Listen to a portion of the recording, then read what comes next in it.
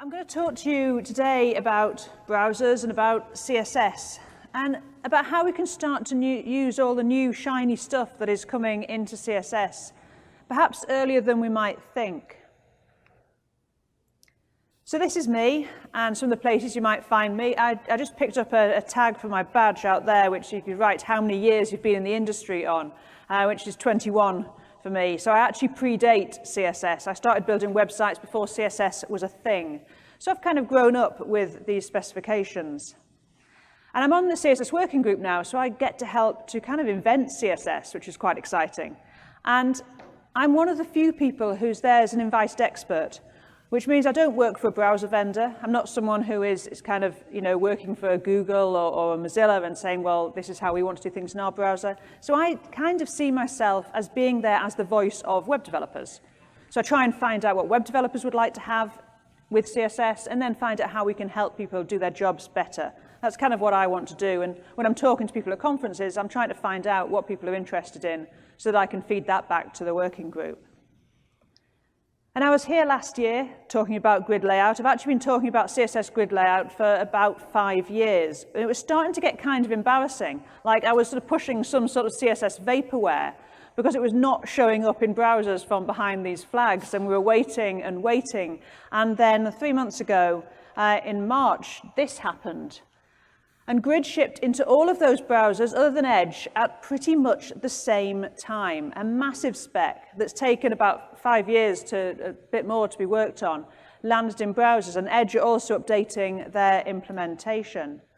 And so we've had 3 months of this spec, and this is the level of browser support that we've got. That's the global figure. That 63.92% is the global can I use figure a week or so ago.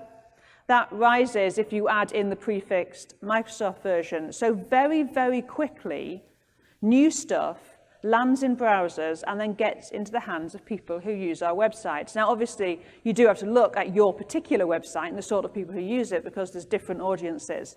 However, it does show how quickly these evergreen browsers are getting these specs into the hands of people. So in this talk, I kind of wanted to cover a bunch of stuff, and really the frequently asked questions I get about using Grid and using Grid in new browsers and how we can start to use it and other new features. And I wanted to very quickly just talk a little bit about what Grid is, in case you haven't really explored the spec yet, and why it's different to Flexbox, because people keep asking me this. And how do we actually get started using this in production now that we can? And then, well, what about those old browsers? How are we going to deal with those? Even if you have got, say, a 70% figure of Grid support, that's still 30% of people today who aren't going to see your Grid layout.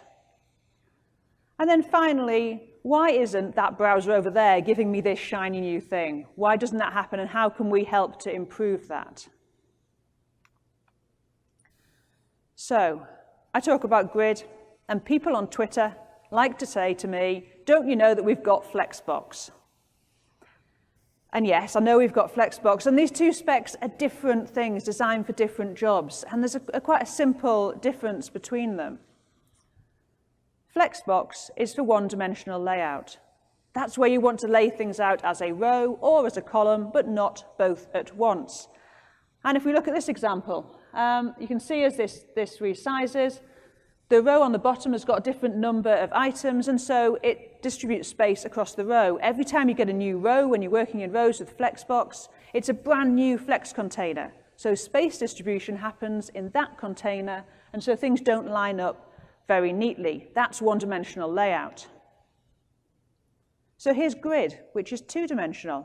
If we build the same example with Grid layout, you can see that as the browser window gets smaller and wider and we get fewer or more items on the row, they stay lined up in their rows and their columns. So that's two-dimensional. We've got things lined up in a row and a column at the same time. And to do that, we apply this to the container. That's all we need to do. We don't need to apply things to the item when we're working with Grid layout. We're using the repeat syntax. We're autofilling columns that are a minimum of 200 pixels and a maximum of 1 FR, so the space gets distributed between them. And if you've used Flexbox to build a grid, you might be thinking, well, I can do that. I can do that with Flexbox because I can add percentage widths to my flex items or as a flex basis. And that really is the point at which you probably need grid. If you are restricting the flexibility of Flexbox, then that's probably because you're trying to do two-dimensional layout with it, and that's where grid layout would solve a lot of problems for you. That's what it's been designed for. Another way to look at it, if you're making a decision about should I use grid, should I use Flexbox, is that Flexbox works from the content out, and grid works from the container in. Say you've got a bunch of things, and they're all different sizes of content, and all you want to do is just space them out. You'd like the browser to say, well, this is how much space I've got left over. I'm just going to space out my things. That's a good Flexbox use case. And perhaps you want some of those things to take up more space than other things. But again, you just want to go from that content size and just let them space out in proportion. Again, that's a really good Flexbox use case. You can do that here, giving a different flex factor to flex grow.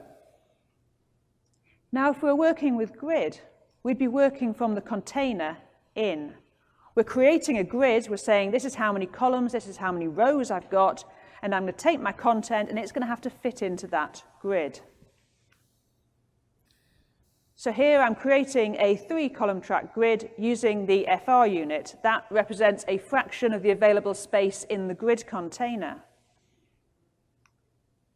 We don't add anything to the items. We just hand those to the grid. They're direct children of the grid, and they all lay out into those tracks. They lay out evenly. We can cause some of our tracks to take up more of the available space. So in this example, I've got 3 tracks.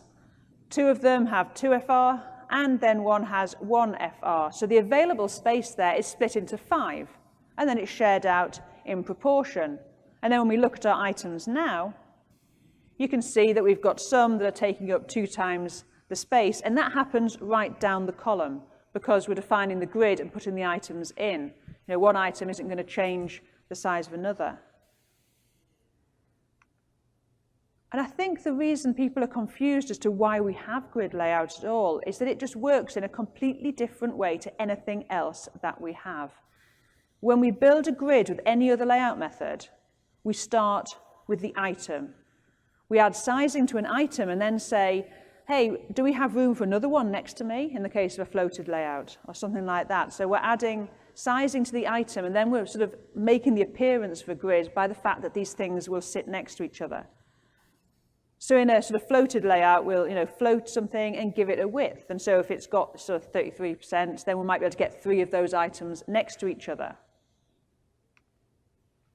The same with inline block layout. We need to give things a width so that we can have other things sat up next to them. And even in Flexbox, although we say display flex on the parent, if we want to try and do a grid layout with flex items, we need to somehow give them a width so that they don't stretch right across the layout.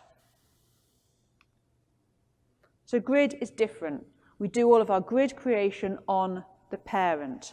And the only other layout method, really, that does anything similar is multi-column layout, which very few people use because it's really buggy.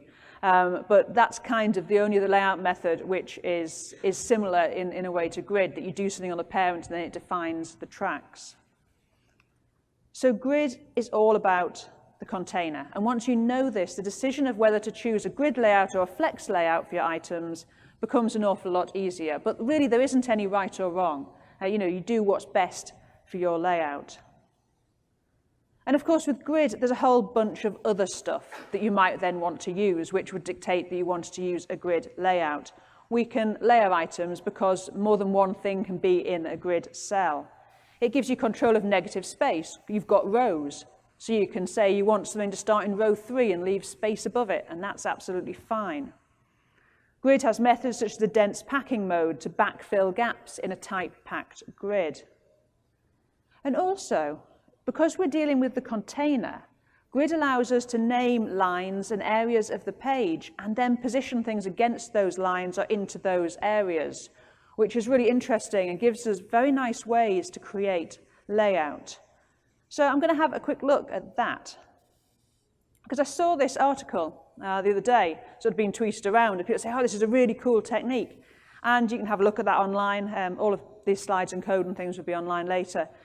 So this technique is where you have a nice column of text, but then you've got images or so on in your blog, and you want them to span full width. And there's various hacky ways of doing that with existing layout methods. So this article essentially said this: just do this. Some magic will occur, and you will have this layout.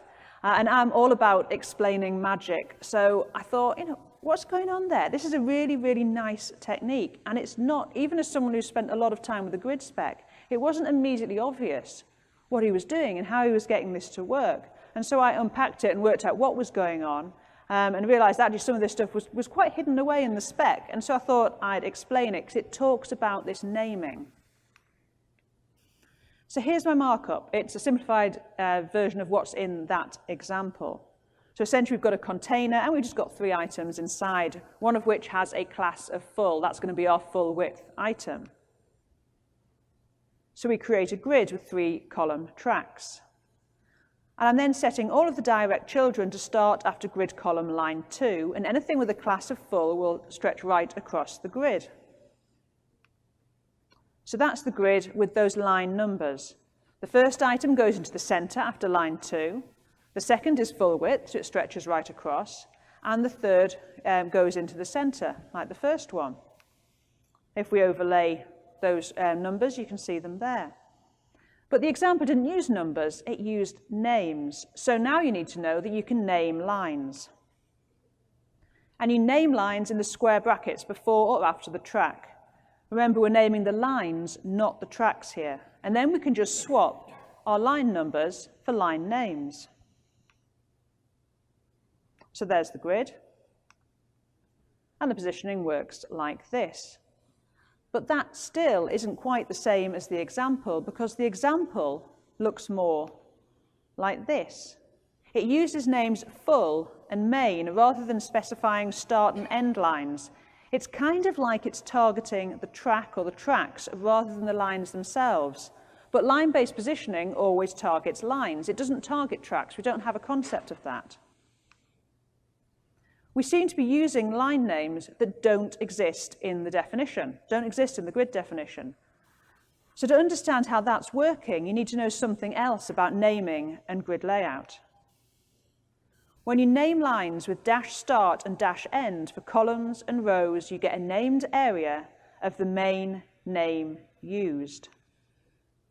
So here I've named my lines main start and main end for columns and rows, which gives me a named grid area called main. If those lines were named foo start and foo end, you'd get a main grid area called foo. And you can place things into it like this. So with code like this, you create the lines and then you can place the item with grid area into main. But actually, that's not what we want either, because the example used grid column, not grid area. And this is where I got very deep down into the spec and down this rabbit hole and found this in the spec. So if you specify row or column start as the name of a named area, so in our case that's main, then the start line will resolve to the start edge of that area, and the end will resolve to the end. So because we're using a shorthand grid column, we're only specifying the ident at the beginning, which means that the end will be the same, which means that this is really this. So by using that name, you can just say grid column full or grid column main, because you haven't specified an end line and it's a named ident, it'll just repeat it and use that for the end, which is pretty clever. It was a nice thing for that person to work out. And I thought, yeah, so I explained that, and that's up on my blog as well, a sort of detailed explanation of that. It's in the resources of this talk, and if you inspect the element using the Firefox Grid Inspector, which I would very, very much recommend you do, Firefox is the only browser that's got real grid tools baked into the dev tools. So if you're developing with grid, make sure you're using Firefox, because you can inspect your grid and see these lines and see where things are. So you can see that column start and column end both have full as a value. So that was a really quick fly through that, and do have a look at it later and play around with it. But what this shows us is that Grid gives us these very powerful tools to control layout via the containing element, which Flexbox really does not. And certainly none of our legacy methods do. So we've got all these tools, and as you start to unpack how you can use them, we can solve an awful lot of problems. And I think we've probably just scratched the surface in terms of what people could be doing with grid layout. So back to Flexbox, use that if your content is just a row or a column. Use it if you want the size of items to dictate their layout. And use it if you want to distribute space. Consider Grid if you want to control rows and columns at the same time. If you're adding widths to a flex item in order to make it line up, that's a good reason to be doing it. But also, if you want to do things like overlapping items, naming things, all the things that Grid does that Flexbox doesn't. So that's why we have Grid, and a little bit of some of the things you could be doing with it. But let's have a look at some real sort of worked examples. These are things I've been playing around with to redesign my own site, which is incredibly old, and I really should do something with. And I thought, well, now Grid's out there, I'll use Grid layout for it. So I've been working in a pattern library, sort of playing with some examples, which I thought made quite nice examples for a talk, because they're actually real things, the things I'm intending to put into production. And so my site is basically listings of things. So I started playing around with a bunch of little boxes and how we might lay that out, because really it is just a list of talks I've given and podcasts I've been on and books and so on. So I sort of played around with these boxes, and I thought, well, I'd have a look at the top box there, that featured item box, which ideally would have an image underneath, and then I'd layer some text over the top of it. So the markup for this is a wrapper with a class of box feature, and inside we've got an image, the title, and the content. And I'm going to use Grid for this because I want to layer up that content. So that's the container we turn on Grid with display Grid, and so immediately all the direct children become Grid items. Grid gap creates a gap between those tracks. And then we define column tracks with Grid template columns. And that repeat notation I've used creates 6 1FR tracks. So that's that FR unit again, defining a fraction of the available space in the Grid container. It's been created for Grid layout because we needed a way to define sort of flexible tracks inside the Grid container. So you'll get the available space evenly distributed. Now, if you've got content in there that is wider, you'll notice that where it says featured item, they're not actually even tracks, because we need to account for the content. It's actually available space that's distributed. In practice, if you have 6 1FR unit tracks, then by the time you've laid everything out, they're quite likely to be equal, because things will span numbers of tracks. But it doesn't actually mean 6 equal tracks, because it's not sort of flawed from 0. So I'm using line-based positioning to stretch that image over the grid area. So from column line 1 to column line -1. That's the first to last column line of the grid. And it's worth noting that Grid respects writing mode. So I'm working in English, so column line 1 is on the left-hand side of the document, and lines count up from there, and they count from -1 from the right-hand side. So you can count back across the grid.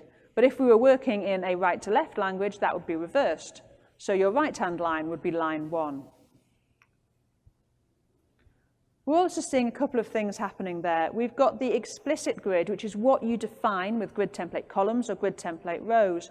We also have a concept of the implicit grid. That's what Grid creates if you put something outside of the defined grid. So if your content just creates more rows, or you place something into a column that doesn't exist, Grid will cope with that, but it will create an implicit row or column track for you. So after doing that, again, I'm using the Firefox Grid Inspector. So that's why you can see lines on the grid. That's from Firefox, just so you can see the lines.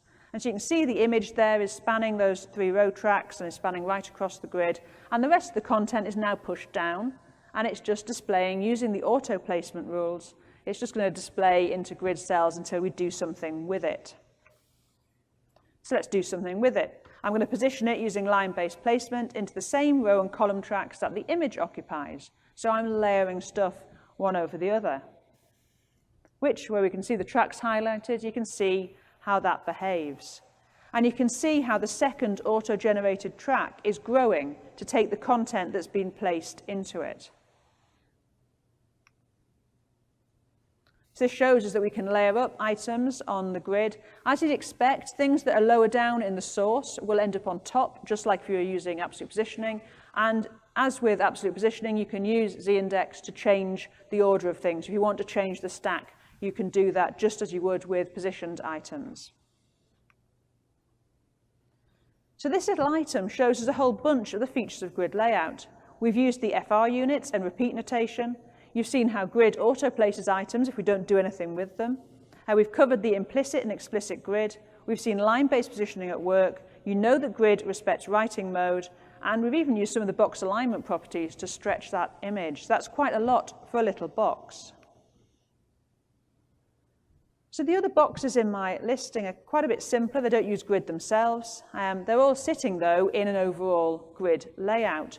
And here we're going to rely very much on the auto placement rules because I don't know how many items I'm going to have. Some of the pages might have a lot of items. I might actually start to load them in. I don't know how many there'll be, though, so I want to use auto placement so I don't have to explicitly say, you know, item number 5 has to go after row line 3. I want to let grid do that work. So now I'm going to create a 12-column flexible grid, again with the FR unit. And so this is what I want to get to. If I overlay the tracks, you can kind of see how things are positioned on that grid. Now, if I just declare that grid on the wrapper without doing anything, I'm going to get something like this. And this is grid doing its auto placement business. It's just trying to stuff everything into one cell of the grid. That's what it does. So we don't want that. We want to position some of these items and create some rules so that we don't end up with this behavior. So this is the top of my grid. I've got the title, and then I've got that feature box that I worked on, and I want to have those sat next to each other. So I'm using grid column and grid row just to set their position on the grid, which gives us this. So we're kind of getting there, but the items below are still stuffed into skinny little columns below. So I want grid to do this auto placement thing and take some of the weight off me having to position things. And I don't know how many there are going to be. What I want to do is say that these items, when it comes across one of these items, it should allow it to span a few tracks of the grid. And so we can just do this with a shorthand. So we can set the start line to auto, which means put this on the line it would naturally go to in auto placement, but then span 4 tracks. We could also do the same thing with just by setting the grid row end, because if you don't specify a start value, it's going to set it to auto anyway. So you could do it one of 2 ways. And then for the smaller boxes, maybe I'll just span 3. And that really is all we need to do to create that layout. We define our grid on the container, items auto-place into the grid. If we explicitly position items, they'll be dealt with first, so we can use line-based placement to put certain things in certain places, and then still have the auto-placement deal with as many items that show up. So that's cool. We can create a layout with very, very few rules, but that was just, it's flexible layout because they're flexible tracks, but it's not really responsive. It's going to get to a point where that's all going to get too skinny, and it's not going to be easy to read. So because our layout has been defined there in CSS, we've just done that in Grid, it makes it very easy to make changes. You can either change the grid definition, so you could say, oh, well, at a narrow breakpoint, I only want to have 4 tracks, or you can change the rules that apply to the items. I think most of the sort of frameworks out there, things like Bootstrap and so on, have it so you have, like, you always have a 12-column grid, but you change how many tracks of that thing span. So that's kind of the approach I'm going to take with this. I'm always going to have a 12-column grid, but sometimes those 12 columns are going to be really skinny, and so I'm going to want things to span more tracks. So here I am at a narrow breakpoint. I'm going to start with my title spanning right across the screen. And then as we get more screen real estate, I can just change where it's placed. I can change how many column tracks it spans. And with our auto-placed boxes, exactly the same. At narrow breakpoints, they could span 6 tracks and then drop to 4. And you could add as many of these breakpoints as you wanted, depending on the kind of layout that you had. And so here's a couple of examples. So at one breakpoint, I've got 12 columns. You can see I've got the grid inspector drawing my lines there. We've got 12 columns, but just how we place the items is changing. Sometimes they're narrower, and so we span more tracks. So that's all pretty nice. It's certainly very easy to start to create layouts with grid. And if we were in an ideal world where everybody had grid layout support and we didn't have to worry about anything else, this would be lovely. We could just play around, move things about, get layouts that we wanted, and that would be job done. And I think we'd all be, in the pub far quicker than we normally are. But we don't live in an ideal world. I don't live in an ideal world. My own product has to support back to IE9. I took that photograph. I was at a triathlon. I was setting my bike up, and I turned around to look at the field that was behind me, and there it was. The sort of IE steamroller. It's going to make its way into many a presentation. I quite like that.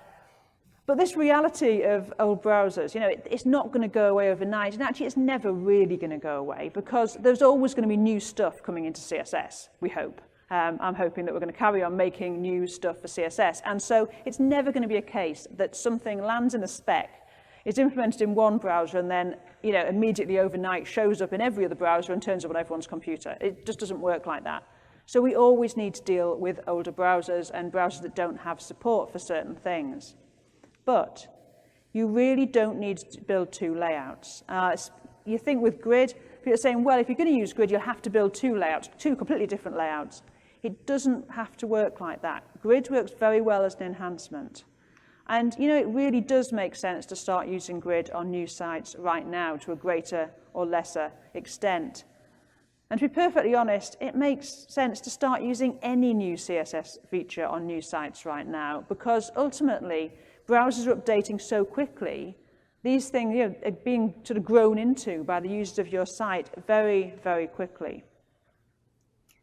And there's kind of 3 ways we might think about new features.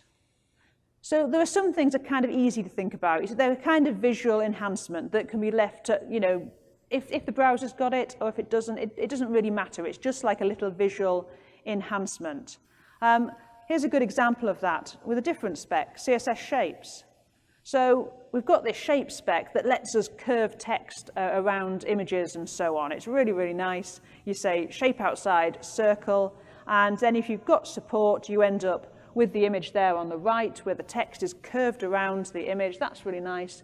But because it's applied to a float, if you don't have support, you just get the squared off view, which is what you would have got anyway. So you often see this on things like the one on the right there is Chrome. The other one's Firefox. Firefox are currently updating, so at some point, people in Firefox will also see the nice shape. But it's not going to really destroy anyone's experience if they don't get the shape. So it's kind of easy to think about using things like that and say, well, that's okay, that'll fall back and it won't be a problem. But if we look at the third approach, you're saying, my website needs to look identical in all browsers, whatever that means. But if you think like that, then, well, probably there's actually no point you trying to use grid layout, because you are literally going to be building your site twice, because you're going to have to do the full level of support, and then you're going to can only use the part of grid layout that other things can do, because grid does stuff you can't do other ways. You can't actually make a floated layout work in the same way. So you'd have to, if you wanted an identical experience, say in IE9, as with your grid layout version, well, you probably couldn't do that and use all the features of grid. So maybe you're going to have to say, well, no, I can't. I'm going to have to limit everyone to this version of the site for IE9. However, I think for most people, there's a kind of middle ground there. A middle ground that lets you provide an experience, a good experience, that meets the people where they are with the type of browser and technology that they have.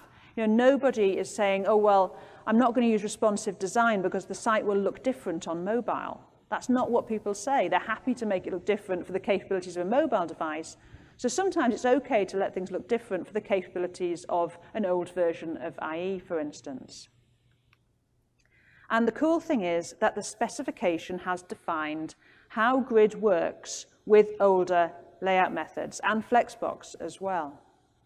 Once a parent element becomes a grid container, a lot of the methods that you might have used to create a layout for older browsers essentially just stop having any effect, which is brilliant. So we'll go through a little bit of that in practice. So that's my listing page in a browser that doesn't support grid layout. Now, as you'd expect, everything is displayed in document flow. Now, if you're a really hard line, you might say, well, I don't mind, that's how it's going to be for people with older browsers. I think most of us probably aren't in a situation where we would be happy to do that. So that listing, pretty easy to create a fallback layout for. We just need to pick an alternate way to display our boxes. So for me, I chose Flex layout. So Flex items, if I have a parent and I say display Flex, and then I say display Grid, the Flex items become Grid items. And then I can use a Flex layout constraining the width by adding a percentage there as Flex basis, and that will work reasonably well. But what I'm going to need to do is remove the margin I've added to the Flex items, because the grid gap property is going to control the spacing in my grid layout. And to do this, I need to use something so that both sets of browsers don't interpret the margin. And for this, I'm going to use feature queries, which if you have ever used Modernizer, you'll like feature queries because they're like Modernizer baked right into your CSS. And if you've used a media query, you pretty much know how to use them. And feature queries have fantastic browser support. Anything new that lands in browsers from now on, you can use a feature query to detect it. And you don't need to worry about old browsers, because what we do is we write our old layout, and then we ask with the feature query, does the browser support the shiny new thing? And then we overwrite whatever it was in the old layout. And I'll show you an example of that. So feature queries test for property value. So we can say at supports, just like a media query, we say at supports, and then we say, for instance, for grid layout, you'd say display grid. But you could also look for any property, really. So if you knew a browser only supported a subset of properties inside a spec, well, you could just look for something very specific. Interestingly, you can also use them to test for custom properties. So if you chuck in a custom property and test for that, if that resolves true, then you know you're safe to use custom properties, CSS variables, which is really useful as well. So if you go back to the design and see how that works in practice, use the fact that grid will be ignored by browsers that don't support it, and the fact that declaring display grid after display flex, the flex behavior will be overwritten. So then I just need to wrap that CSS that sets the margin back to 0 in a feature query. So that's only going to get applied if we know we have grid layout. So we end up with this layout. And the final thing I want to do is I want to make that title and the feature box have similar proportions to the grid layout, which I can do by just giving the box a larger flex basis. Again, I don't need to overwrite this. I don't need to sort of wrap anything in a feature query, because as soon as that becomes a grid item, that's just going to be ignored. And so we get something like this. With a very, very tiny amount of kind of overwriting, we've got something which is probably pretty much okay. You could go a bit further than that. I could possibly tidy up the feature box, maybe by using absolute positioning, which wouldn't be as flexible, but kind of would work if I knew what the sort of content was going to be. Or I might leave it like that, because then I know I'm not going to have any problems with things overlapping. So what this shows, it is a very simple example, but it shows that you don't need a lot of CSS to overwrite things. We've built that into the spec, that if you have things that are using older layout methods and then you use grid, they'll just be overwritten. And you can do this with pretty much anything you might use for layout. Float and clear, no effect on a grid item. As soon as you're in grid layout, that stuff is just nullified. Inline block, exactly the same. Things stop behaving like inline block items. For instance, the fact that they preserve white space, that will just go away the minute your inline block item becomes a grid item.